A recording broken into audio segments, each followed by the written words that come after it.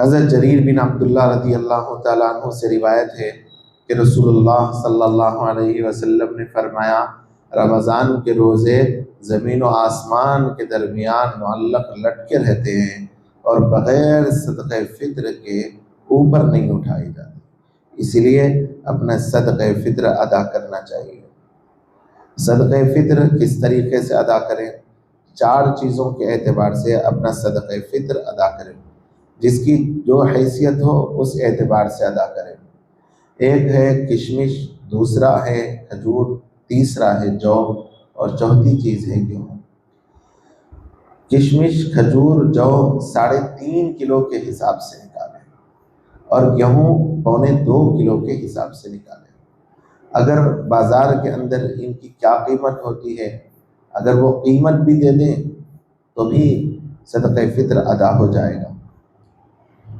صدقہ فطر اپنی طرف سے اور اپنی نابالغ اولاد کی طرف سے واجب ہے۔ اگر نابالغوں کا اپنا مال ہو تو ان کے مال میں سے ادا کریں۔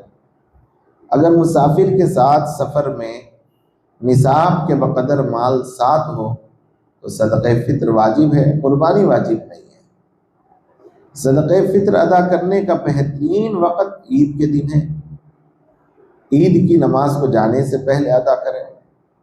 حضرت عبداللہ بن عمر رضی اللہ تعالیٰ اپنا صدقہ فطر عید سے 2-3 دن پہلے دے دیا کرتے تھے۔ اس لیے دے دیا کرتے تھے تاکہ غریب، مستحق، ضرورت مند انسان اپنی ضروریات کو پورا کر لے سکے اور عید کے سامان کو پہلے سے خرید لے سکے، کیونکہ عید صدقہ فطر کے ادا کرنے کا جو بنیادی مقصد ہے وہ جس طریقے سے ہم عید کے دن خوشی مناتے ہیں، غریب، مستحق، ضرورت مند بھی ہماری ہی طریقے سے خوشی منائیں۔ اگر ہم عید کے دن نماز کو جاتے وقت دیں گے تو وہ غریب، مستحق، ضرورت مند کہاں سے اپنی چیزوں کو خرید سکتا ہے، اس لیے کہ اس وقت تو پوری دکانیں بند ہو جاتی ہیں۔ اس لیے عید سے 2-3 دن پہلے دے دیں گے صدقہ فطر، تو پھر ایسی صورت میں وہ اپنے لیے کچھ ضرورت کے سامان خرید لے سکتا ہے۔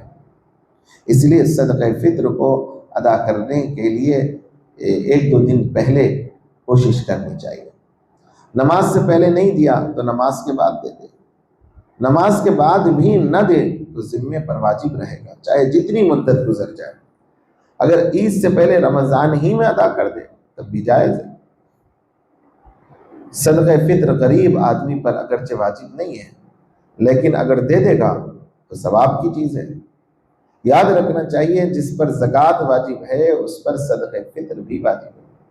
البتہ زکوٰۃ کا نصاب اور صدقہ فطر کے نصاب میں یہ فرق ہے کہ زکوٰۃ فرض ہونے کے لیے تو چاندی یا سونا یا تجارت کا مال ہونا ضروری ہے، اور صدقہ فطر واجب ہونے کے لیے ان تینوں چیزوں کی کوئی خصوصیت نہیں، بلکہ اگر اس کے پاس اس کے استعمال کے کپڑوں کے علاوہ اور کپڑے رکھے ہوں یا روزمرہ کی ضرورت سے زائد تانبے، پیتل، اسٹیل، چینی وغیرہ کے برتن رکھے ہیں یا اور کسی قسم کا سامان ہے، تو اگر ان چیزوں کی قیمت ملا کر نصاب کے برابر یا اس سے زیادہ ہو جاتی ہے تو اس پر زکوٰۃ تو فرض نہیں لیکن صدقہ فطر واجب ہے۔ اسی طرح صدقہ فطر کے نصاب پر سال گزرنا بھی ضروری نہیں ہے، بلکہ اسی روز نصاب کا مالک ہو گیا ہو تو بھی صدقہ فطر ادا کرنا واجب ہے۔ بیوی کی طرف سے اور بالغ اولاد کی طرف سے صدقہ فطر ادا کرنا واجب نہیں، لیکن ادا کر دیں تو بھی درست ہے جبکہ وہ اس کے عیال میں ہو، یعنی صدقہ فطر ادا ہو جائے گا۔ جس کو زکوٰۃ دینا درست ہے اس کو صدقہ فطر دینا بھی درست ہے۔ اللہ تبارک و تعالی ہم سب کو عمل کی توفیق نصیب فرمائے، آمین۔